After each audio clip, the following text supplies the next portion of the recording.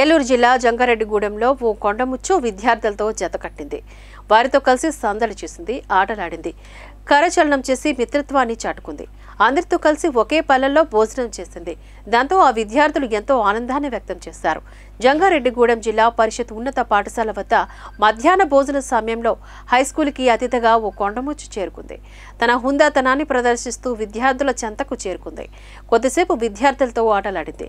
విద్యార్థులతో కలిసి ఒకే పల్లెల్లో భోజనం కూడా చేసింది.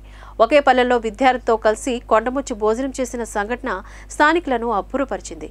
అంతేకాక ఆ పక్కనే ఉన్న ఐచర్ వాహనం ట్రక్కు మిర్రర్లో తన అందాన్ని చూసుకొని మురిసిపోయింది. విద్యార్థులు కూడా ఆ కొండముచ్చుతో సరదాగా ఆటలాడుతూ గడిపారు.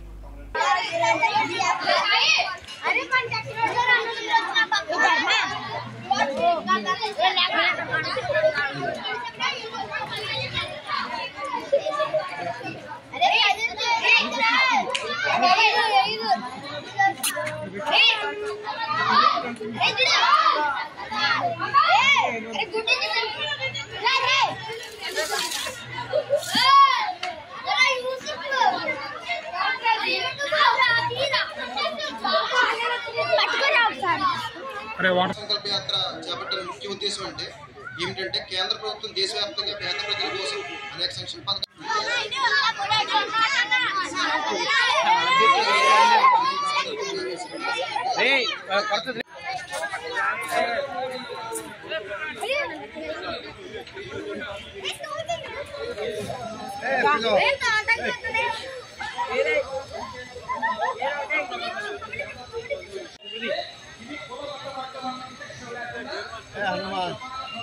ये स्किल वाला